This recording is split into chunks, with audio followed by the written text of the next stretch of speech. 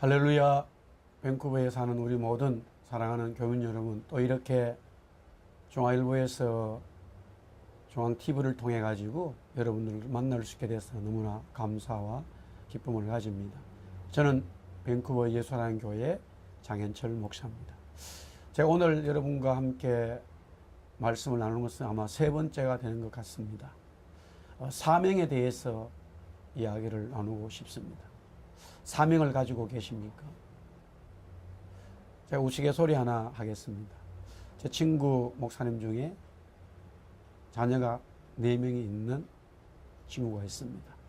여기서 살면서 제가 그렇게 말합니다. 사명이 있구나. 아이가 4명이니까 사명입니다. 우리는 정말로 사명을 가지고 살아야 됩니다. 예수님을 어떤 분으로 고백하고 또 예수님을 경험했다면 그 예수님을 경험한 우리들은 또한 예수님을 경험하지 못한 사람들에게 그 예수님을 경험하도록 알려주어야 될 사명이 있습니다. 죽어가는 영혼들이 너무나 많이 있습니다. 예수님이 부활하시고 성천하시기 직전에 예수님의 제자들과 무리들에게 그렇게 말씀하셨습니다. 오직 성령이 너에게 임하시면 너희가 권능을 받고 땅끝까지 사마리아와 유다와 예루살렘과 사마리아 유다와 땅끝까지 복음을 전해라. 그렇게 말씀하셨습니다.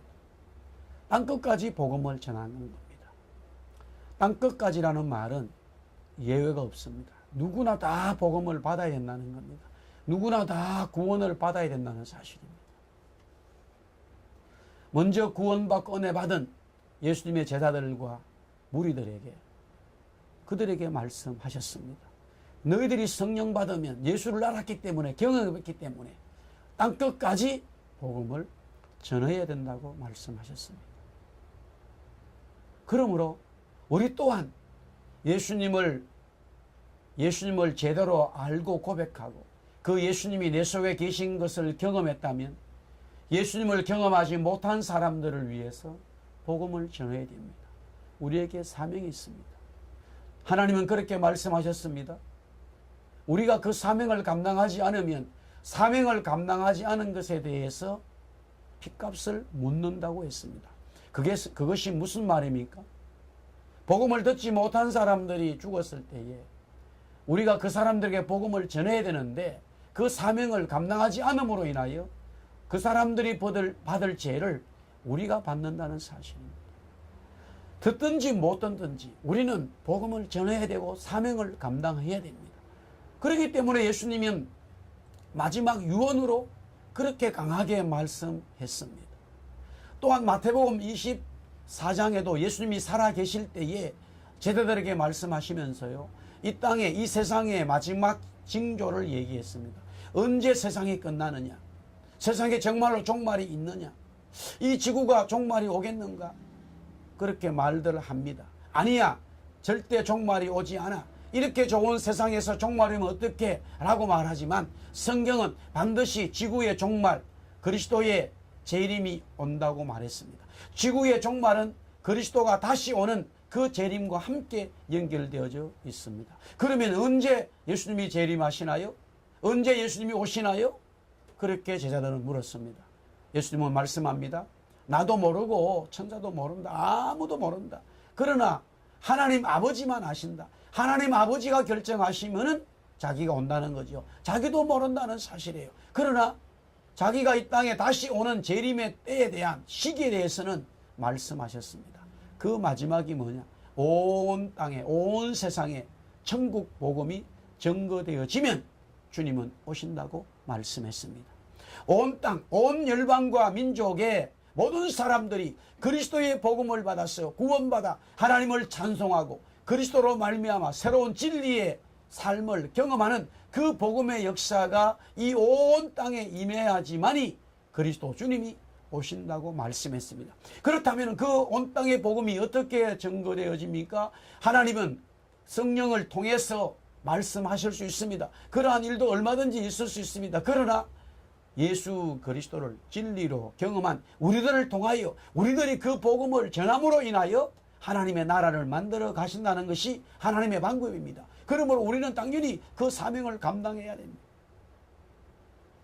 우리는 때를 얻든지 못 얻든지 그 말씀을 전해야 됩니다. 저는 이 땅에 와서 살면서 하나님께서 그렇게 말씀하셨습니다. 땅끝까지 복음 전하는 교회를 원한다.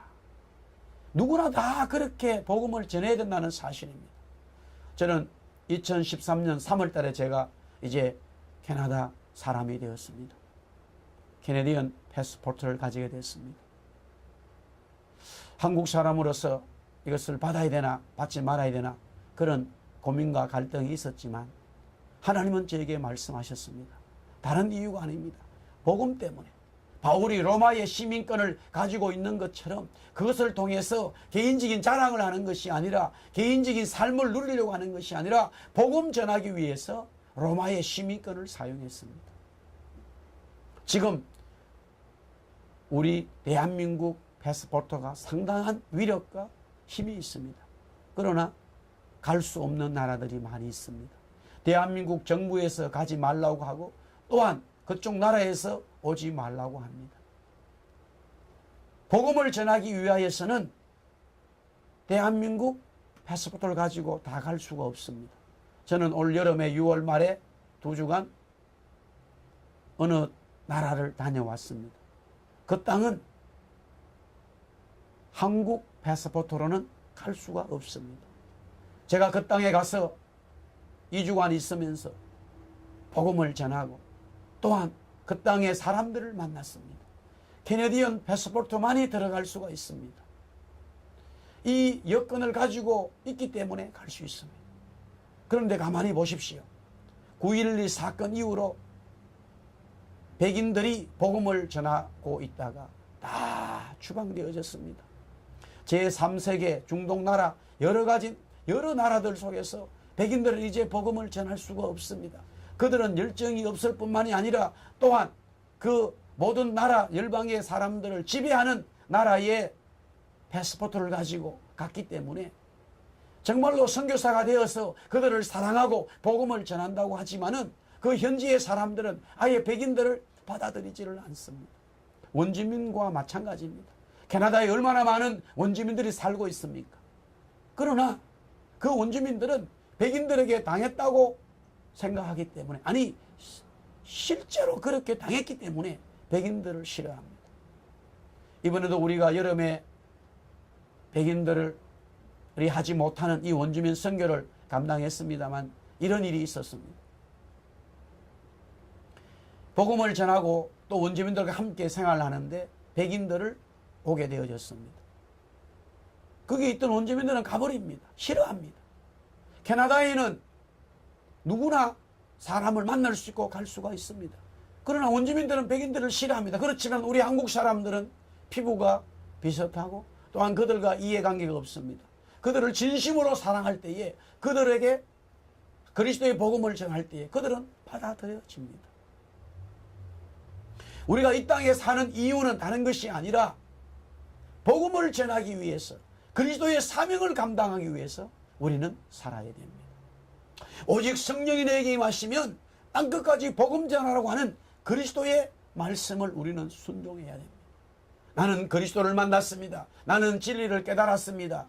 나는 예수를 믿습니다. 나는 교회 생활을 합니다. 라고 그렇게 고백한다면 당연히 그리스도의 진리의 말씀을 온 땅에 전하는 삶을 살아야 됩니다. 그와 같은 삶에 집중해야 됩니다. 그것이 우리가 살아가야 될 이유요. 그것이 우리가 감당해야 될 사명입니다. 왜 그런지 아십니까? 요한계시록 12장에 보면은 놀라운 말씀이 있습니다. 밤모섬에 있는 사도 요한은 환상을 보았습니다.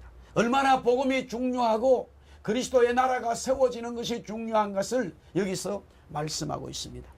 하늘에 큰 이적이 보이니 해를 옷 입은 한 여자가 있는데 그 발 아래에는 달이 있고 그 머리에는 12별의 관을 썼더라.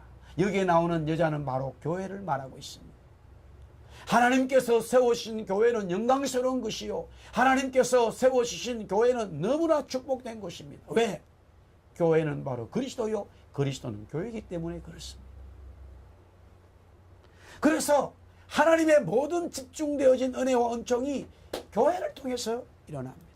그리고 환상이 해와 달과 별이 그 여자를 둘러싸고 있다는 것은 영광스러운 교회를 말하고 있습니다. 교회는 건물이 아닙니다. 교회는 빌딩이 아닙니다. 교회는 예수님을 경험한 사람들을 말하고 있습니다. 예수님을 알고 있고 예수님을 믿고 있는 그 사람들이 모인 곳이 교회입니다. 딱 사람입니다. 사람. 건물이 아닙니다. 당연히 그 사람들, 교회를 통해서 하나님은 하나님의 나라를 만들어 갑니다. 2절을 말씀해 보니까 이 여자가 아이를 베어 해산하게 되며 아파서 애를 쓰며 부러지더라. 여기서 여자는 아이를 임신했습니다. 그러면 여자는 교회고 아이는 무엇입니까? 바로 복음을 전하는 겁니다. 왜 그러냐면 5절 말씀해 보니까 여자가 아들을 낳으니 이는 장차 철장으로 만국을 다스릴 남자라. 그 아이를 하나님 앞과 그 보좌 앞으로 올려가더라. 여기서 말하는 여자가 아들을 낳으니 장차 철장으로 만국을 다스린다. 예수님을 말하잖아요. 근데 예수님은 지금 하늘에 계시고 예수님을 통해서 사도 요한이 환상을 보고 있는데 어떻게 여자가 그 예수님을 잉태하고 낳겠습니까? 여자는 교회라고 그랬습니다. 여기서 예수를 낳는다는 것은 진리를 낳는다는 것이고 진리를 낳는다는 것은 복음을 낳는다는 거예요. 믿지 않는 사람들에게 교회가 복음을 전함으로써 이미 예수를 경험한 우리들이 복음을 전함으로써 그 사람들이 예수를 영접하는 거예요. 이것을 가르쳐 교회가 영적인 아들을 낳았다라고 말씀하고 있는 거예요. 그것을 지금 사도 요한이 환상으로 보고 있습니다. 그런데 가만히 두지 않습니다. 하늘에 또 다른 이적이 보이니 보라, 한 큰 붉은 용이 있어 머리가 7이요 뿔이 10이라. 그 여러 머리에 7 왕관이 있더라. 여기에 붉은 용이 나옵니다. 근데 용이 뭐냐고 물으니까 9절 말씀에 큰 용이 있으니 옛뱀 곧 마귀라 사탄이라 라고 말합니다. 용은 마귀였습니다. 그런데 이 마귀가 이 여자를 공격합니다. 4절에 보니까 12장 4절에 계시록 그 꼬리가 하늘의 별 3분의 1을 끌어다가 땅에 던지더라. 용이 해산하려는 여자 앞에서 그가 해산하면 그 아이를 삼키고자 하더니. 무슨 말입니까? 마귀가 여자를 공격합니다. 왜 공격합니까? 여자가 아들을 임신했는데 아들을 낳는다는 거예요. 이 뱀은, 용은 마귀인데 마귀가 여자인 교회를 공격합니다. 왜 공격합니까? 교회가 복음을 전하기 때문에, 교회가 그리스도를 잉태하기 때문에, 교회가 모든 민족을 하나님 앞으로 전도하고 복음을 소개하기 때문에 그것을 마귀는 싫어하는 거예요. 그렇다면은 교회가 교회로서 복음을 전가하지 않는다면은 마귀는 너무나 좋아하는 거죠. 나는 예수님을 믿습니다. 아, 당신도 예수님 믿습니까? 우리가 한 교회가 되어졌어요. 그러나 복음을 전하지 않는다면은 하나님도 좋아하실 뿐들 아니라 마귀는 너무나 좋아합니다. 하나님은 되게 싫어합니다. 왜? 우리가 사명을 감당하지 않고 있기 때문에. 사랑하는 밴쿠버 교민 여러분, 그리스도를 아십니까? 예, 저는 그리스도를 만났습니다. 나는 예수님을 경험했습니다. 제가 한국에 있을 때는 예수님을 몰랐지만은 이민 와서 예수님 만났습니다. 내 인생의 빨간 신호등을 경험해서 이 빨간 신호를 해결할 수 없어서 엎드렸더니만 예수님이 찾아오셨어요. 예수님이 나에게 은혜를 주셨어요. 예수님이 나에게 병을 고쳐주셨어요. 예수님이 나에게 물질을 주셨어요. 예수님이 우리 가족을 지켜주셨어요. 라고 고백하는 분들을 만납니다. 그렇다면 당연히 그분들은 복음을 전해야 됩니다. 그래서 또한 그렇게 말합니다. 목사님, 나 이 땅에서 밴쿠버에 와서 이민 와서 예수님 만났어요. 한국에 있을 때 예수님 몰랐는데 예수님 만났어요. 그러고 보니까 내가 너무 좋아요. 내 새로운 인생의 삶이 되어졌어요. 희망이 있어요. 비전이 있어요. 영원한 소망을 가지게 됐어요. 그런데 가만히 보니까 내 친구들이 예수를 믿지 않아요. 그뿐만이 아니에요. 중국 사람, 필리핀 사람, 중동 사람, 여기 난민 사람, 너무나 많은 사람들이 있는데 그들이 예수님을 몰라요. 또 백인들도 예수님 몰라요. 그들에게 복음을 전하고 싶어요. 당연한 이야기지. 그뿐만이 아닙니다. 지금 온 땅에 있는, 온 절방에 있는 사람들이 예수 그리스도를 모르고 죽어가기 때문에 먼저 믿는 우리들은 그 복음을 가지고 복음을 전해야 됩니다. 한국 이민교회에 주신 사명입니다. 사람들은 그렇게 말합니다. 왜 교회가 많이 생기지? 물론 여러 가지 이유들이 있겠지만 저는 긍정적으로 봅니다. 왜? 하나님의 교회가 세워짐으로 인하여 죽어가는 영혼들이 구원받고 그 교회들을 통하여 하나님의 복음이 전거되지 않습니까? 물론 교회 속에 여러 가지 이런저런 문제들이 있을 수 있지만 당연한 이야기예요. 교회가 문제가 생길 수밖에 없어요. 마귀는 어떻게 하든지 교회를 넘어뜨리고 하나님의 성도들을 실망하게 해서 하나님의 복음의 사명을 감당하지 못하도록 하는 것이 마귀의 본질이지 않습니까? 그러니 교회가 문제가 생기지요. 믿는 성도들에게 문제가 생길 수밖에 없어요. 그러나 그런 일을 당한다 할지라도 우리는 복음을 붙들어야 됩니다. 사명을 감당해야 됩니다. 그러므로 죽어가는 영혼들을 그들에게 그리스도를 소개해야 됩니다. 저는 2주간 쿠르드라고 하는 사람들을 만났습니다. 성경에 나오는 메대입니다. 메대. 지금 그 쿠르드는 나라가 없습니다. 수천의 사람들은 있지만은 자기 나라가 없어요. 그래서 주위의 나라에게 종속되어 있습니다. 이번에 2주 동안 그 쿠르드 사람들을 만났습니다. 직접 만났어요. 복음을 전했습니다. 그리스도를 소개했습니다. 의외로 복음을 받는 사람들이 많아졌어요. 그들이 복음을 받아들였어요. 그리스도를 영접한다는 거예요. 야, 너무나 놀라운 일입니다. 하나님은 복음을 전하는 것을 원하는 거죠. 그래서 야, 내가 이 땅에 와서 캐나다 시민권을 가지고 캐나다 사람이 법적으로 되었지만 복음을 전할 수 있는 하나님의 뜻, 하나님의 사명을 감당할 수 있어서 좋구나. 제가 한국 패스포트를 가지고 있다면 그 땅을 갈 수가 없어요. 방문할 수가 없습니다. 하나님의 나라의 복음을 전할 수가 없는 거예요. 물론 이 땅에서 복음을 전하지만 우리가 직접 땅을 받고 가야 할 죽어가는 영혼들을 만나야 되는 그런 장소와 그런 나라와 그런 동네와 민족이 너무나 많습니다. 우리는 캐나다 시민권을 가지고 온 땅으로 갈 수 있어요. 그런데 또한 우리 민족은 하나님께서 은혜를 주셔서 열정을 주신 거예요. 복음의 열정을 주셨어요. 대한민국이라는 나라에 은총을 주셨습니다. 정말로 지금 50년 전에는 이 세상에서 가장 못 사는 나라 중에 하나였어요.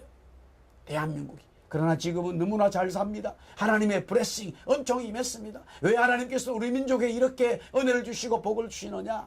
온 땅과 온 열방에 복음을 전하라고 말씀하셨습니다. 그 사명을 우리는 감당해야 됩니다. 사랑하는 밴쿠버에 사는 모든 우리 동포 여러분, 예수님을 영접하십시오. 예수님을 경험하십시오. 그렇다면 새로운 인생이 시작되어집니다. 또한 그 일 이후에 그리스도를 영접한 이후에 죽어가는 영혼들을 위하여 복음을 전하는 하나님의 사명자로 거듭나십시오. 놀라운 하나님의 은총이 있습니다. 하나님은 그런 사람들에게 의의 면류관, 생명의 면류관을 주신다고 말씀했습니다. 내가 구원받았다면 당신도 구원받아야 되고, 내가 병치료 받았다면 당신도 살아야 되고, 내가 은혜 받았다면 당신도 은혜 받으세요 라고 전해야 될 하나님의 사명이 있습니다. 그 사명을 위해 살아가는 하나님의 귀한 사람들 되기를 주의 이름으로 축복합니다. 할렐루야. 감사합니다.